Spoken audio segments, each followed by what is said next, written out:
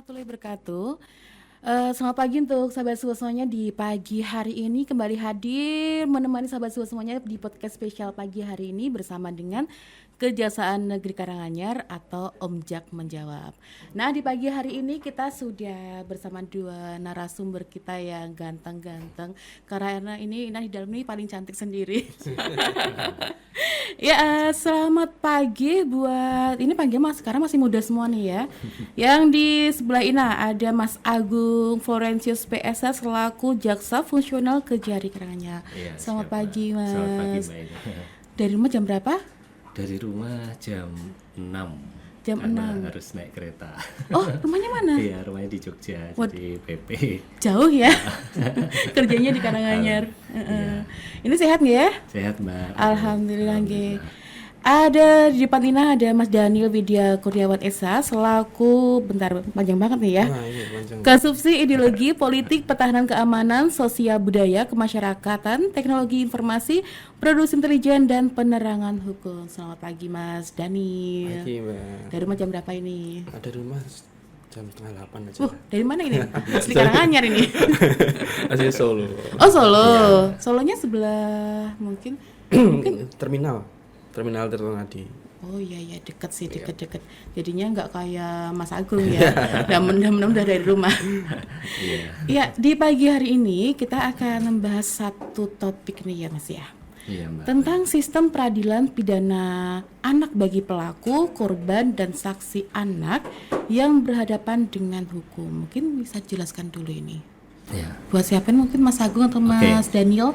Ya awalnya begini Mbak Ina, kita kan dari tim Kejaksaan Negeri Karanganyar, ini kan program Nawacita Pak Jaksa Agung untuk memberikan penyuluhan hukum bagi masyarakat ya Mbak. Jadi dalam program di Swiba ini Om Jak menjawab begitu, jadi memberikan penyuluhan. Pada pagi hari ini kita membawakan temanya tentang anak ini Mbak. Iya. Jadi kalau kita melihat dari temanya sistem peradilan pidana anak bagi pelaku korban saksi anak yang berhadapan dengan hukum, kita melihat suatu sistem peradilan pidana itu suatu proses Mbak, proses di mana di situ dari proses lidik ada laporan dulu sebelumnya gitu, itu untuk kemudian berkas dari kepolisian dikirimkan ke kejaksaan. Ketika berkasnya sudah selesai P21 kemudian nanti siap disidangkan, masuk dalam proses sistem peradilan pidana. Gitu. Nah kebetulan pada pagi hari ini karena temanya anak, di sini anak itu menjadi subjeknya Mbak. Jadi subjek itu orang yang bisa membebankan hak atau kewajiban. Nah, subjek di sini anak itu umurnya 14 sampai maksimal belum berumur 18 tahun. Berarti termasuk di bawah 18 ya? Iya, termasuk anak yang masih dalam kandungan, termasuk anak juga. Oh iya. Di dalam tema kita hari ini bisa anak itu sebagai pelaku, disebut dengan anak berhadapan dengan hukum. Kemudian anak korban, anak yang menjadi korban pelaku tindak pidana. Kemudian ada juga kebetulan misalnya ada saksinya. Nah, saksi orang yang melihat, merasakan, mendengar, itu anak sebagai saksi. Begitu Mbak. Iya, apalagi kalau sekarang tuh di sekolah tuh banyak banget ya kasus bullying gitu ya, membuli teman-teman gitu. Gitu. Ini nggak cuma anak SMA, SMP, bahkan sekarang pun SD tuh juga sudah banyak ini ya. Iya. Iya. Nah kalau gitu kalau untuk usia anak SD tuh apa bisa juga terkena tindak pidana itu? SD itu umurnya Sekitar 7 sampai 13-12. 14 kalau di bawah dari 14 tahun menurut undang-undang peradilan anak dia akan nanti ada dua, yaitu akan dikembalikan kepada orang tuanya karena udah 12-14 tahun ke bawah itu tetap dikembalikan kepada orang tuanya. Untuk prosesnya tidak sampai ke pengadilan gitu. Iya, jadi bisa diselesaikan secara kekeluargaan gitu ya. Iya, dan nanti bicara lagi tentang diversi anak itu bisa gitu. Oh iya, di Undang-Undang Nomor 12 tahun lupain aja. Iya, betul. Undang-Undang 11 tahun 2012. 2012. Sistem peradilan pidana anak.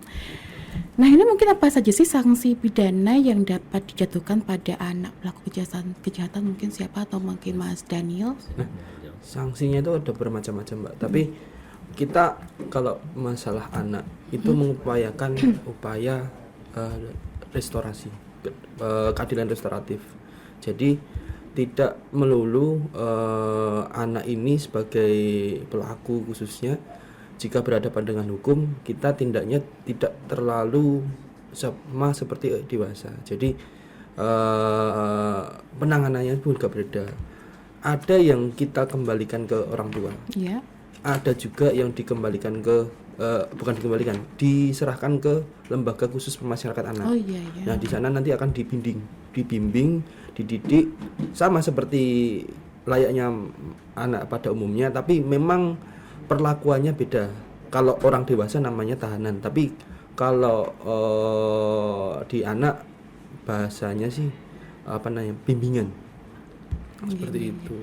Oke, ini sebelum kita lanjutkan kembali, Sahabat Siba bisa mendengarkan ini secara live ya di 96.3 FM Siba Radio Karanganyar, atau juga bisa melihat secara live streaming di akun YouTube Sahabat Siba semuanya. Mungkin ada rekan-rekannya mau melihat jenengan bahan YouTube nih, bisa di Siba FM channel.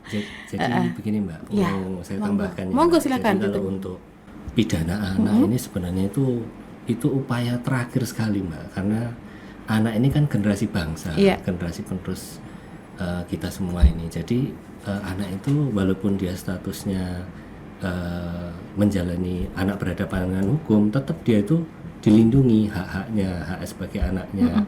Sehingga untuk penetapan pidana itu sangat banyak pertimbangannya. Oh, gitu. Iya, iya, Jadi tetap segala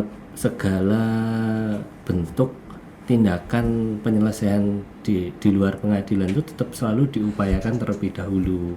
Yaitu nanti kita bicara tentang adanya itu diversi tadi itu loh Mbak. Iya. Nah, Ya, maksud diversi mungkin tadi ya. diversi itu penyelesaian perkara pidana di luar dari pengadilan. Oh, itu iya. ada syaratnya Mbak. Iya, apa aja Untuk syaratnya? syarat diversi itu diancam dengan pidana penjara di bawah 7 tahun dan bukan pengulangan tindak pidana. Jadi ada poin-poin tertentu yang tidak bisa untuk itu harus syarat sebagai untuk dilakukan diversi seperti itu. Kalau misalnya dia sudah udah residivis gitu, pernah melakukan tindak pidana diulang lagi tidak bisa dilakukan diversi penyelesaian penyelesaian di luar dari sistem peradilan tadi gitu Mbak. Seperti misalnya pidana penjara di bawah 7 tahun gitu ya juga tidak bisa gitu. Jadi itu syaratnya kumulatif, itu di pasal 7 ayat 2 Undang-Undang nomor 11 tahun 2012 tentang sistem peradilan pidana anak. Iya. Kemudian kalau untuk bicara mengenai hukumannya itu nanti kan sistem proses, misalnya sudah sampai proses di persidangan kita melihat nanti dari Bapas nanti melakukan ada kajian-kajiannya. Nah, dari kajian itu usulannya bagaimana. Iya. Kemudian misalnya pertimbangan dari hakim gimana, terus fakta di persidangan bagaimana, terus anak ini sebenarnya lebih condong kemana begitu loh arahnya. Misalnya masih mau sekolah atau mau ikut kursus begitu. Nanti ada hukuman-hukuman yang kedepannya mungkin dari tuntutan kami atau nanti putusan majelis hakim itu bisa dimasukkan ke dalam LPKA. Maksud kami lembaga kursus anak, LPKA ya Mas ya. Semacam PLK. Bukan LPKA. Balai latihan kerja. Ya. Balai latihan kerja. Kalau untuk pidana penjara itu masih itu upaya terakhir. Mbak, gitu. Nah, tujuan diadakan diversi itu apa sih Pak dalam sistem peradilan pidana anak sendiri? Tujuan diadakan diversi tadi? Ya tujuannya untuk menyelesaikan menyelesaikan suatu permasalahan di luar dari sistem pengadilan. Itu untuk menjamin juga keadilan bagi korban dan anak tadi gitu loh Mbak. Gitu. Jadi ya tidak serta-merta didiversikan itu kan terus ada syarat-syaratnya, ada poin-poinnya, ada perdamaiannya di situ. Oh, Misalnya seperti itu, Mbak. Gitu. Nah, kalau selain pidana penjara nih ya, sanksi apa aja sih yang mungkin didapatkan oleh anak pelaku kejahatan tadi? Monggo ya, mungkin ada sanksi lain Nanti selain mungkin akan pidana. ditambahkan sama Mas Bro, sama Agung. Oh, Nah, oke. gini, kebanyakan Hmm. kalau kita lihat dari perlakuan atau tindak pidana yang dilakukan.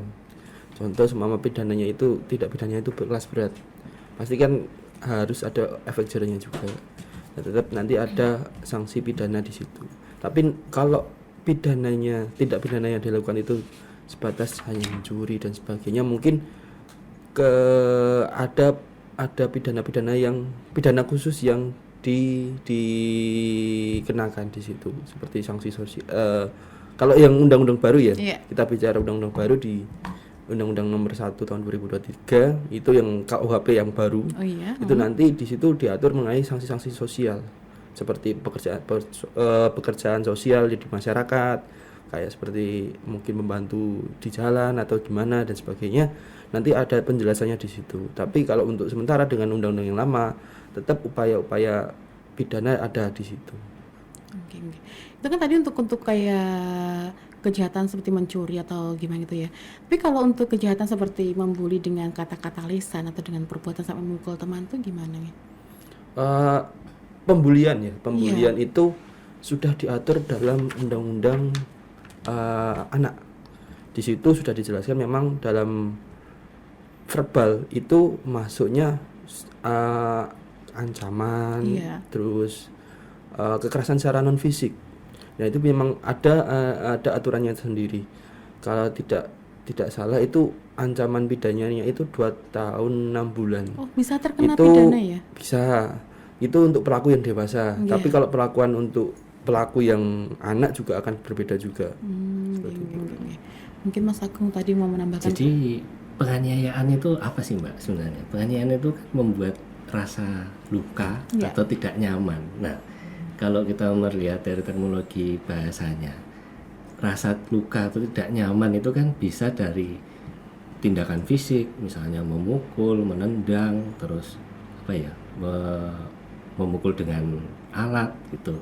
Kemudian ada juga yang bisa dengan secara verbal tadi, mengancam, terus menjelek-jelekkan, terus sampai anaknya merasa biasanya psikisnya terganggu. Nah di situ juga masuk dalam penganiayaan. Itu sampai ada yang sampai ke psikiater. Ya, ada yang sampai bunuh diri juga loh, Nah, Mbak. itu Kalau dia. untuk bullying di sekolah itu, makanya kami kan waktu sering melakukan jaksa masuk sekolah itu, setiap ada program jaksa masuk sekolah selalu memasukkan tema bullying itu supaya anak-anak yang di SMP di tingkat pendidikan di Karanganyar ini ya tidak melakukan itu, karena kan kami di sini memberikan penyuluhan supaya anak-anak itu tahu gitu loh, itu ada hukumannya, ada sanksinya gitu, supaya mereka mengetahui itu salah sehingga tidak melakukan itu di sekolah, Mbak. Kadang-kadang kan niatnya kan cuma guyon dan lain sebagainya. Betul Tapi sekali.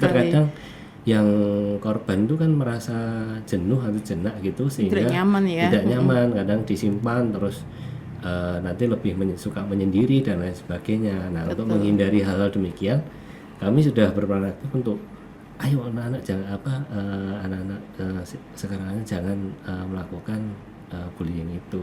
Tapi ya namanya anak-anak kan harus selalu Betul sih. kita ingatkan. Betul Gitu, sekali. Mbak. Heeh. Ini kan tadi kalau untuk masalah anak ya, untuk pelaku kejahatan sendiri kan ada yang bisa ditindak pidana atau enggak bisa dikembalikan ke orang tua nih ya. Nah, bisa nggak orang tua diminta pertanggungjawaban hukum jika anaknya melakukan tindakan pidana? Mungkin hukumnya gimana? Iya, Kalau orang tua kalau- itu susah ya. Bertindak kalau anaknya terus jadi digantikan orang tuanya Iya. seperti itu sebenarnya tidak bisa, Mbak. Kalau dia mengganti kerugian, misalnya waktu dulu saya pernah pencurian tapi banyak sekali gitu loh, di Secara berbagai materi tempat. berarti ya? Di berbagai tempat kebetulan. Jadi ya dia mengganti gitu. Kemudian ada pencurian di waktu dulu itu ya di tempat ibadah gitu, Iya. pembobolan kotak amal itu. Kebetulan takmirnya memaafkan waktu diversi di pengadilan pada waktu itu, kemudian mengembalikan sejumlah kerugian yang diderita gitu Mbak. Jadi kalau peran orang tua ya itu hanya mengganti kerugian itu. Tapi kalau misalnya ini itu yang segala sesuatu yang bisa dinilai ya, kerugian yang bisa dinilai. Tapi kalau yang tidak bisa dinilai misalnya ya kasus kekerasan seksual seperti itu, betul sekali. itu ya selama ini kami tetap perkaranya jalan sampai ke persidangan gitu. Nanti putusan juga Tetap gitu. ya berarti melalui proses hukum ya. Pelakunya kan pelakunya anak, misalnya pelakunya anak juga tetap jalan begitu Mbak. Terima kasih. Kan kadang-kadang ada orang tua yang menormalisasi. Namanya juga anak kecil. Oh kan? iya, tapi kalau untuk paling sebel sih iya, kayak gitu. ada pelindungan anak ini benar-benar konsen sekali, maksudnya ini kan anak dilindungi gitu loh Mbak. Apalagi perempuan kan biasanya korbannya perempuan. Nah itu dia. Baik kalau perempuan sudah ngomong itu kayak bikin sakit hati ya. Kalau sudah marah itu. Tapi kan usia-usia remaja nih ya. Iya. Nah ini kalau ngomong-ngomong soal tadi pelaku kejahatan, kan pasti ada korbannya. Iya, Ada korbannya juga. pelaku kejahatan Pasti ada korbannya ya. Nah itu kalau mungkin ketika dimintai keterangan, kan biasanya korban itu merasa trauma ya. Iya. Ini ada perlindungan gak sih ini buat para korbannya itu?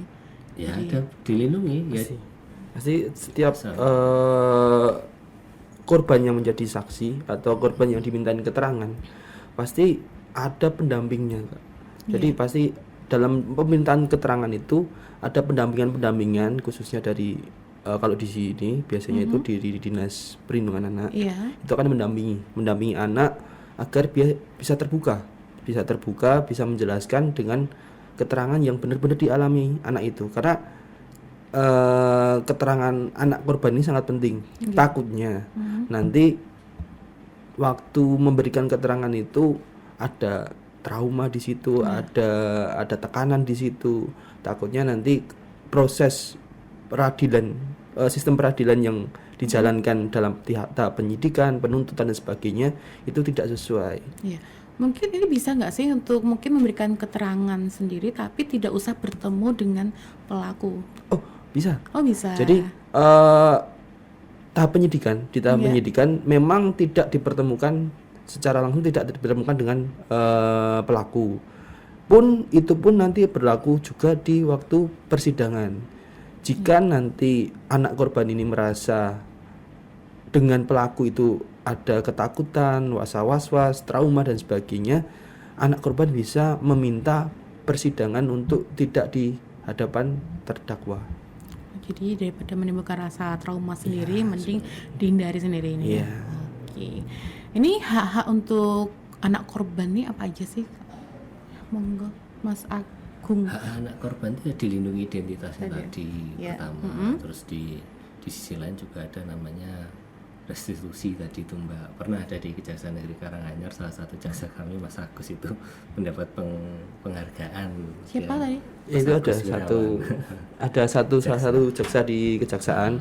Jadi ada beberapa tindak pidana yang untuk anak korban ada mendapat hak untuk restitusi.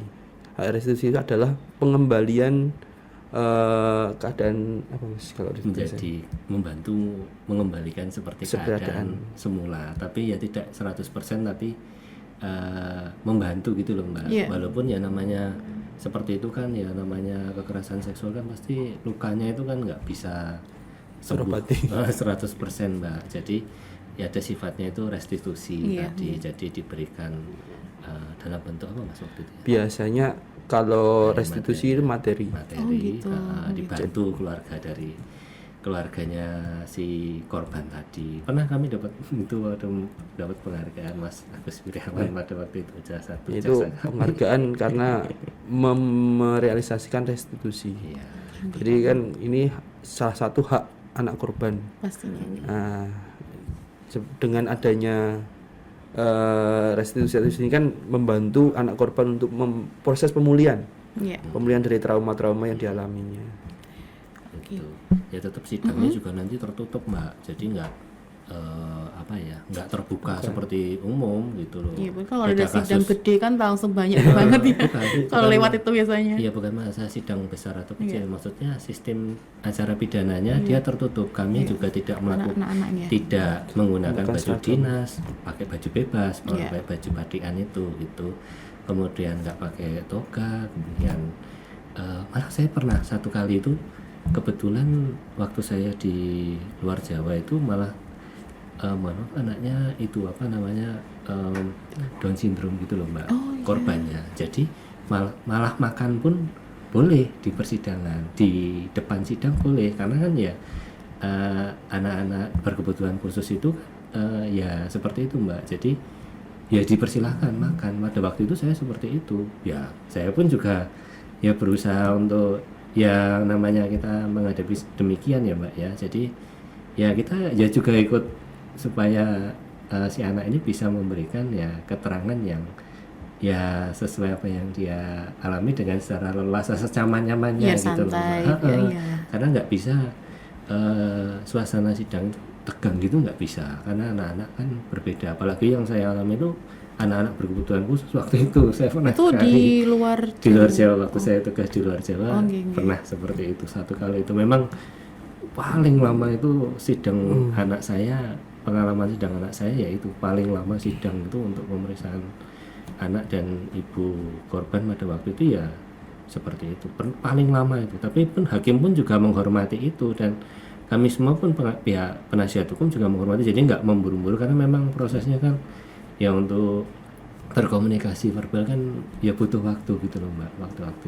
Ya. Kalau yang normal ya, kalau misalnya untuk anak-anak yang pada umumnya ya sama tertutup juga gitu. Cuman ya berat Mbak rasanya untuk anak-anak untuk mengungkapkan pendapat di apa yang dialami di persidangan. Ya kita ya pintarnya kita jaksa supaya untuk ayo loh anak membujuk dengan ya senyamannya mereka. Iya, lah, betul gitu. sekali, geng-geng. Gitu.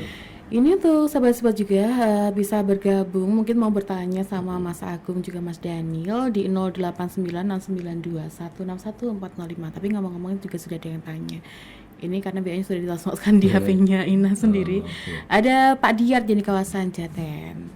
Ini apakah dalam menangani tadi monggo? Mungkin tadi nggak mendengarkan. Apakah dalam menangani proses kenakalan atau kejahatan anak, pihak kejaksaan juga melibatkan atau menggandeng lembaga anak? Makasih. Tadi sudah jawab sebenarnya. Mungkin kurang mendengar. Iya, mungkin ya. Jadi Mungkin dalam penanganannya pasti kan harus didampingi. Kan tadi saya sebutkan kalau salah satunya adalah dinas perlindungan PPA. PPA yang ada di wilayahnya masing-masing. Nah, nanti pendampingan itu dilakukan terus karena anak ini kan sifatnya perlu didampingi. Jadi kan anak kalau berhadapan dengan hukuman stigmanya sudah berbeda juga, pasti ada rasa ketakutan dan sebagainya. iya. Nah, ini ngomong-ngomong kan biasanya kalau kasus bullying itu kan kadang-kadang sampai viral sampai di media ya, massa sampai di media sosial juga. Ini bagaimana cara memastikan identitas anak korban tadi terlindungi dari pemberitaan media massa untuk menjaga kerahasiaan sang anak itu sendiri? Ya, terima kasih Mbak Ina. Jadi begini Mbak, kan dalam SIPP sistem informasi pengadilan itu nama perkara, nama anak itu akan disamarkan, jadi tidak diketahui. Dan juga di persidangan itu juga kami sangat menjaga identitas anak supaya tidak diketahui oleh umum. Makanya sidangnya kan tertutup tadi Mbak, begitu. Dan juga ya sementara ini tidak pernah ada yang sampai aneh Mas ya. Iya. Keliput. Tidak ada, memang peradilan khusus anak itu kan tertutup sifatnya, dan jarang sekali jika ada anak yang berhadapan dengan hukum atau masuk di persidangan itu terekspos sampai keluar, entah itu pelakunya entah itu korbannya. Itu jarang sekali terekspos. Pun kalau itu pun terekspos berarti sudah termasuk skala yang besar. Iya. Seperti itu. Ini kalau mungkin peran orang tua dari atau wali anak korban ini dalam proses pengadilan pidana anak, terutama dalam tahap diversi atau mediasi itu apa aja sih, Pak? Ya dia nanti ikut mendampingi. Tapi kan kalau orang tuanya nggak terima gitu gimana? Orang tuanya Ada yang ngotot gitu kan biasanya. oh ya gimana? Jadi kan diversi tidak berhasil. terjadi. Jadi, Gitu. oh, Tidak berhasil. Jadi tetap perkaranya ya apa namanya lanjut biasanya seperti itu Mbak. Itu biasanya kasus-kasus yang itu Mbak. Ya memang kekerasan seksual itu apa namanya? Tidak bisa Kalau di- itu mas bisa, sudah harus tidak bisa. sudah harus masuk pidana kalau. Iya memang masuk pidana betul. Cuman terkadang itu ya istilahnya itu ya ada yang tadi itu loh Mbak kadang-kadang sulit memaafkan. sulit maafkan. Nah itu dia. Gitu. Tapi tetap perkaranya lanjut. Tetap kalau untuk kekerasan seksual itu biasanya sampai ke pengadilan. Karena itu kan sudah membuat. Karena ancamannya tadi loh Mbak lebih dari 7 tahun itu walaupun ancamannya lebih dari 7 tahun terus dia kan bukan pengulangan walaupun baru sekali tetap tidak bisa dilakukan diversi tadi. Iya, karena itu menimbulkan trauma Berat sendiri karena itu Mbak. buat kedepannya juga nih ya. Iya, itu karena kan itu psikis mentalnya bisa terganggu seperti itu. Karena yang sudah itu ya itu sampai memberikan di persidangan tuh susah gitu loh. Mau ngomong aja susah gitu loh. Karena beratnya ya membicarakan hal tersebut kan bagi masyarakat kita itu hal yang tabu. Iya, betul kan. sekali. Beratnya berbicara itu di hadapan kami semua, Pak Jaksa, Pak Penasihat Hukum, Pak Hakim gitu loh. Berat sekali Mbak. Jadi ya itu tadi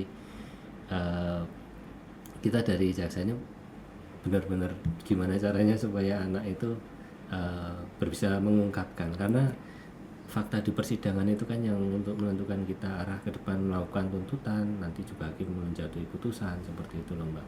Bahkan pernah ada satu apa namanya trauma sekali lihat korbannya, trauma sekali lihat pelakunya dikeluarkan. Sampai mungkin teriak-teriak atau ngamuk gitu ya. Bukan sih Nangis. kalau teriak-teriak jarang sih. ya, Jarang. biasanya nangis nggak bisa ngomong kan, kita butuh informasinya, keterangannya. Jadi ya akhirnya dikeluarkan, itu pun diizinkan dalam persidangan. Karena harus ada karena rasa- kan diwakili oleh penasihat hukumnya gitu.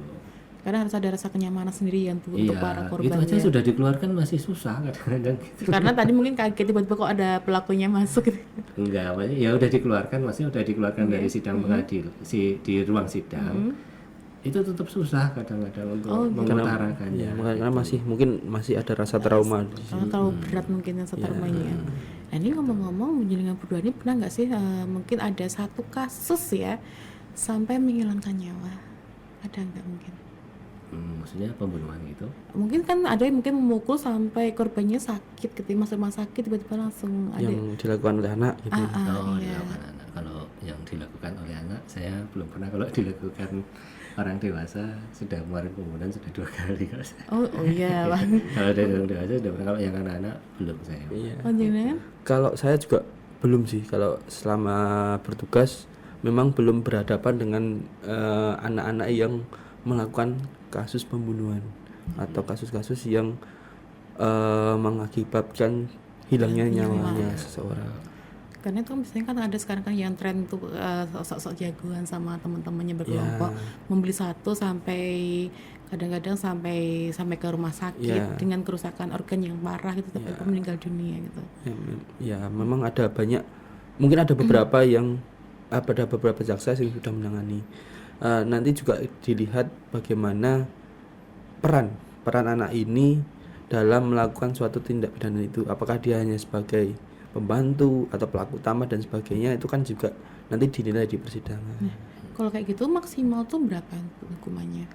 Maksimal dari setengah dari tuntutan pidana biasa, begitu, setengah ancaman. Dari ancaman hukuman yang ada. Semama hukuman 15. dewasa 15 tahun, berarti seorang anak paling 7 sampai 6 sampai 7 lah. Oh gitu. Iya. Maksimalnya ya. Tidak ada hukuman minimal, juga tidak ada minimal kalau untuk pelaku anak ya Mbak ya. Itu kan ada kan tindak pidana tertentu yang ada pidana minimalnya gitu. Tapi kalau untuk pelaku anak tidak gitu. Misalnya kayak kalau orang dewasa ya Mbak ya, orang dewasa persetubuhan ya Mas Iya. ya.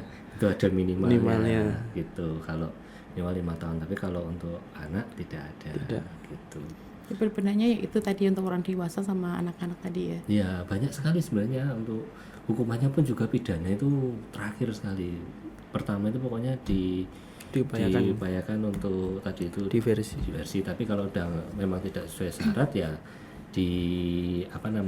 dimasukkan ke dalam lembaga kursus. Saya pernah juga waktu yang pencurian di beberapa tempat itu yang di Karanganyar itu saya tuntut masuk ke lembaga kursus karena anaknya seneng otomotif. Oh gitu. Jadi saya Jadi punya kirim ke pembekalan Solo. nanti ya. Iya, di Solo ada itu lembaga kursusnya lembaga pendidikannya Ya, gitu. ada PLK di Solo. Jadi selama proses pidana itu menjalani hukuman, anak-anak juga mendapatkan tadi ya buat mungkin ke depannya Iya, nanti untuk keterampilan ke depannya ya. karena untuk sekolah udah nggak mau, orang tuanya juga Itu sudah. bisa sekolah itu nanti kalau ada kasus pidana gitu di rutan gitu. Kebetulan waktu saya kemarin tuh orangnya nggak mau sekolah, jadi gitu. anaknya nggak mau sekolah, anaknya orang tuanya sudah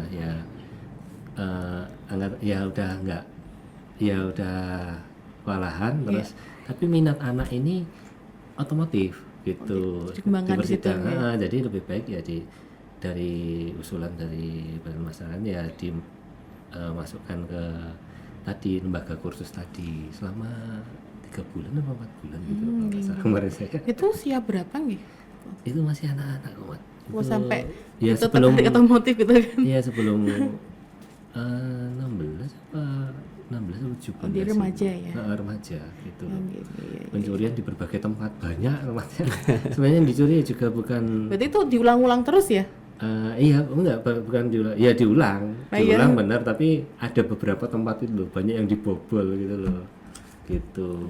Perbuatan berlanjut kalau namanya. Berlanjut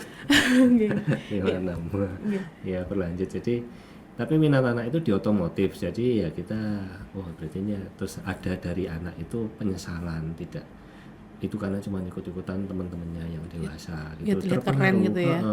Ya sebenarnya kayak gini loh, anak-anak itu kan sebenarnya polos toh Mbak. Iya. Cuman terkadang terkontaminasi dengan hal-hal yang tadi ikut temennya, Apa terus yang jadi dilihatnya, ikut-ikutan. Kayak sebenarnya kasus-kasus kelitih itu loh yang misalnya di Jogja itu. Sini pernah saya juga di Karanganyar ini 1 kali. Iya. Di Karangpandan pada waktu itu ya itu ikut-ikutan terus gara-gara simbol gengnya itu dicoret-coret pakai itu loh apa sih pakai pilak ya Mas ya? Pakai pilak. Nah ditutupi itu terus Kayaknya kemarin sempat juga lagi di pakai media barang, cetak macam. juga. Terus dia pose udah dicoret-coret, pose di depan tubuhnya itu gengnya itu simbolnya itu, jadi menimbulkan rasa mau marah terus perang, jadi cuma ikut-ikutan gitu loh Mbak. Jadi ya akhirnya terbawa gitu loh, seperti itu ya. Sebenarnya anak-anak polos Mbak sebenarnya, cuman kadang-kadang terkontaminasi dengan lingkungan yang tidak kondusif dan mengajari yang hal-hal buruk seperti itu tadi gitu loh. Lingkungan pertemanan berarti ya. Yang ini peran orang tua kita ya juga di rumah harus lebih mengawasi anak-anaknya, karena walaupun kita ya memang sibuk semua kerja, tapi ya tetap harus itu anak-anak tanggung jawab kita. Betul gitu sekali. Nggak terus kayak di Biarkan. Sudah gitu ya. Gitu. Yang penting bapak saya ibunya udah kerja gitu. ya itu kan bagaimanapun juga kan ya penerus kita nanti. Betul Ini kan sekali. kayak cermin kita toh Mbak. Iya. Ya, kan kita cermin di tempat ini ya, anak kita itu cermin kita seperti itu loh. Gimana kita membentuknya kan ya itu nanti jadinya kan kita ke depannya seperti itu. Iya. Gitu.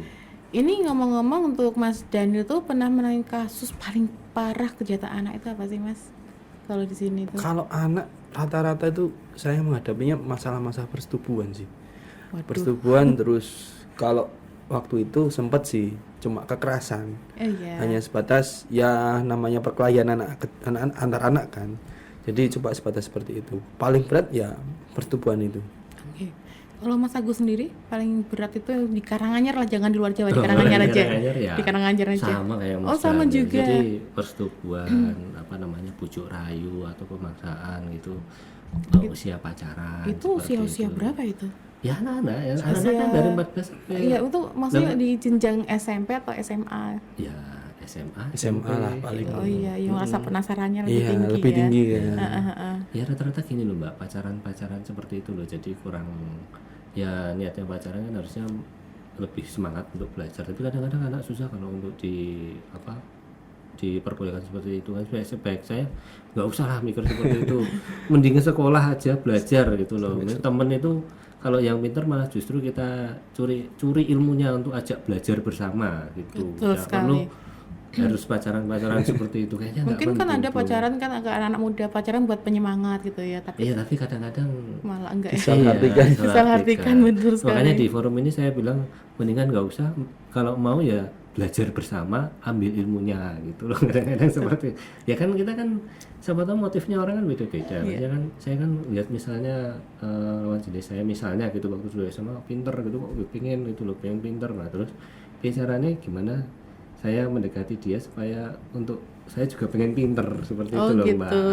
Jadi ada pengaruh positif ya. Ya maksudnya pengennya seperti itu, cuman kan sekarang kadang-kadang kalau digituin kayaknya ya apa ya, ya ada beberapa yang seperti ya pengen untuk belajar bersama, tapi kadang ada yang ya keluar dari jalur seperti itu, tapi ya Tujuannya yang lain. lebih baik ya sekarang ya intinya belajar ya belajar gitu loh, Betul berteman sekali. ya sewajarnya. Sewajarnya aja. Kalau usia pacaran untuk SMP atau SMP. SMA kayaknya sepertinya Masih jangan dulu lah untuk Masih itu. cinta monyet mungkin. Ya mengagumi nggak apa-apa, tapi Iya. kan jangan terus terjerumus ke hal-hal yang Betul sekali. negatif tadi gitu Iya. loh mbak. Gitu. Ini ngomong-ngomong Pak, tadi kan untuk perlindungan sendiri dari BPA tadi ya, Badan Perlindungan Anak tadi ya. Ini selain itu, Dinas BPA. oh Dinas BPA. Itu selain itu apa aja sih lembaga apa saja yang bertanggung jawab dan juga dapat memberikan bantuan serta dukungan kepada anak korban kejahatan selain BPA tadi, Dinas tadi? Ya dari bapak sih mas, Bapas. masyarakat itu kajian untuk si pelakunya anak itu, pelakunya mbak. Terus Iya. ada penasihat hukum juga, pengacara yang mendampingi nanti anak berhadapan dengan hukum seperti itu. Banyak lembaganya sih mbak sebenarnya gitu. Terus kalau dari korban ya dari Bu Anas apa mas ya? Bu Anas itu Dari Dinas BPA. dari Terus si kalau biasanya tuh LPSK, Lembaga Perlindungan Saksi dan Korban. Itu di situ juga ada bagian khusus untuk anaknya juga. Oh, jadi ngomongnya berarti ini saksi itu tadi juga bisa mendapat perlindungan ya? Iya. saksi bisa. Iya, berupa kayak gimana sih? Saksi itu ya perlindungannya dijaga Jaga rahasianya. karena masih anak mbak. Iya, maka takutnya kan nanti ternyata orang tua pelaku itu tahu Ya, kemudian terus mengancam, macam-macam. iya. Gitu. Kan banyak ya kejadian kayak gitu. Kalau itu pasti biasanya ketemunya ya di persidangan sih mbak, tapi ya selama sejauh ini yang proses sih tidak pernah terjadi pelaku orang tua pelaku mengancam si saksi, itu belum pernah sih. Belum pernah. Karena pasti kan Kan kayak sinetron gitu. kalau real di dunia nyata biasanya kalau anaknya sudah melakukan suatu tindak pidana, pasti orang tua pelaku merasa ada beban sendiri. Jadi Iya. kalau untuk membalas dan sebagainya mungkin berpikir dua kali karena sudah dewasa itu tadi kan. Iya. Nah, untuk pengancaman dan sebagainya mungkin jarang terjadi sih. Untuk biar di apa gimana.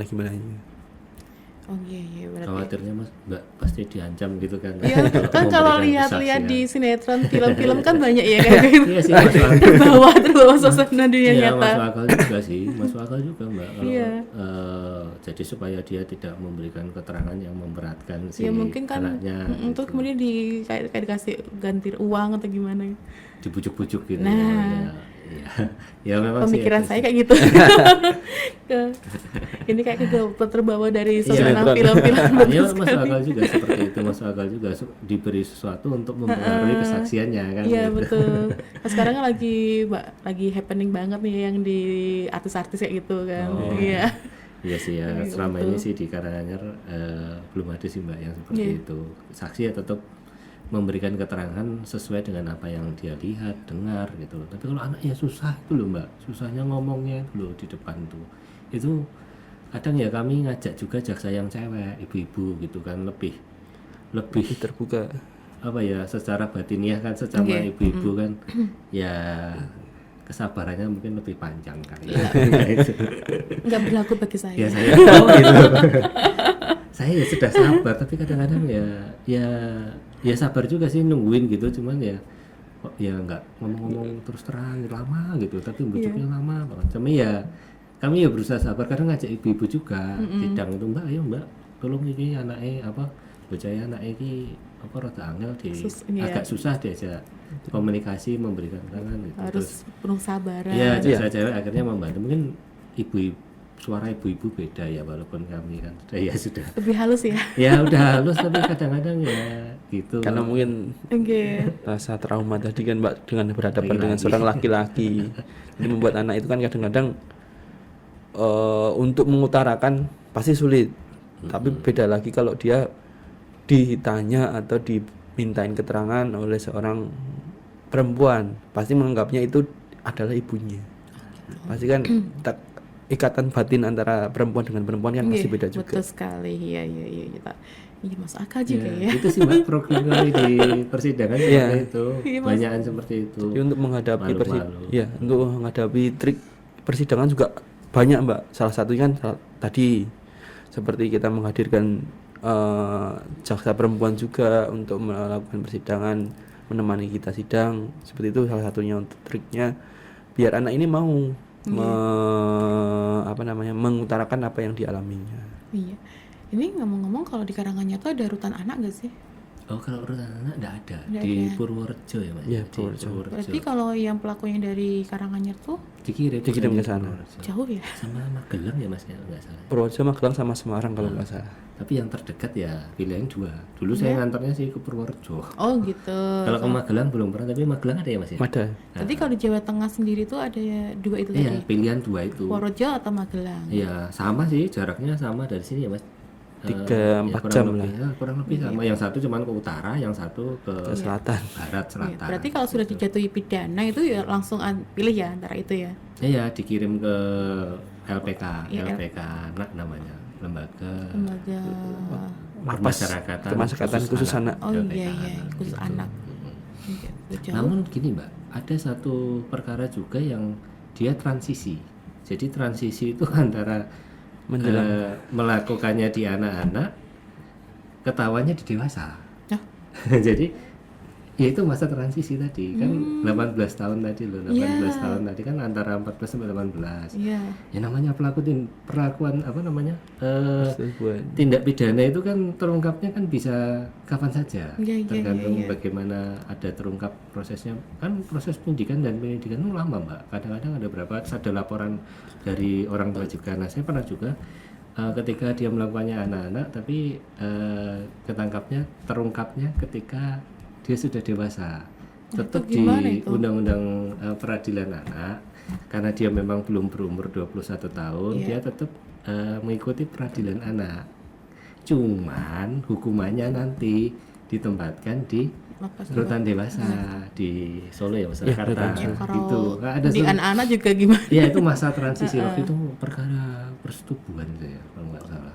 Tetap ya paling parah di Karanganyar itu ya. Persetubuhan anak kan melakukannya di Usia-usia 17 apa 7 pokoknya belum umur dewasa. 18 belum umur 18 terungkap di umur 19 apa 20 gitu. Kalau 19-20 kan udah dewasa menurut perlindungan anak dan peradilan anak kan udah dewasa, usia dewasa sehingga hukum acaranya tetap ikut anak gitu, tapi hukumannya nanti di rutan dewasa gitu. Jadi itu transisi. kalau masalah untuk kasus persetubuhan kayak gitu tuh berapa maksimal tahun penjara?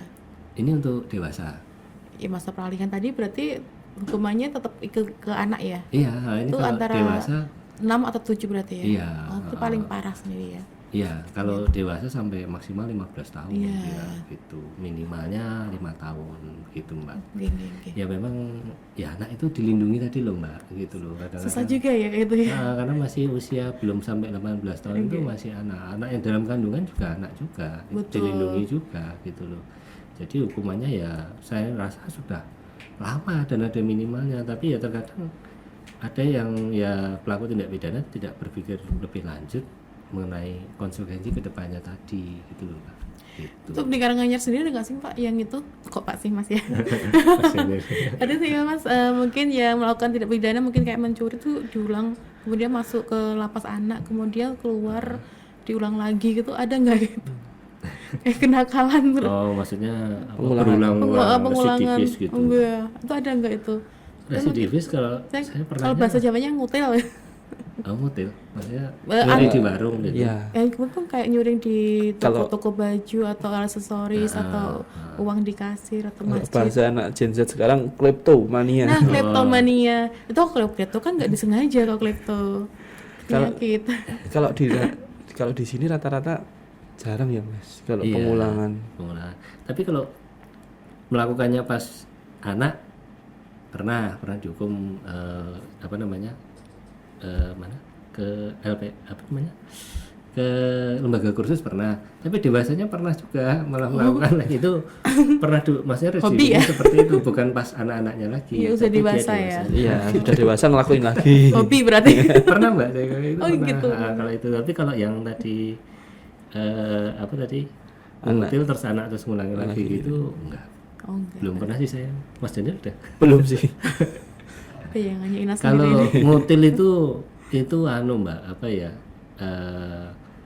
biasanya diselesaikan diversi tadi. Iya. Karena Mediasi ya. 362 ya mas ya. Penggantian. Kan langsung ngambil loh dia. Iya, kan. Ngambil di Kadang kan banyak kan ada CCTV itu kan kelihatan. Ya, diupayakan karena itu korban apa namanya, kerugiannya juga tidak terlalu besar kan, Iya. pasti kan otomatis pasti diupayakan di tahap penyidikan terus penuntutan dan sebagainya, itu diupayakan diversi sebisa mungkin, harus dilaksanakan diversi.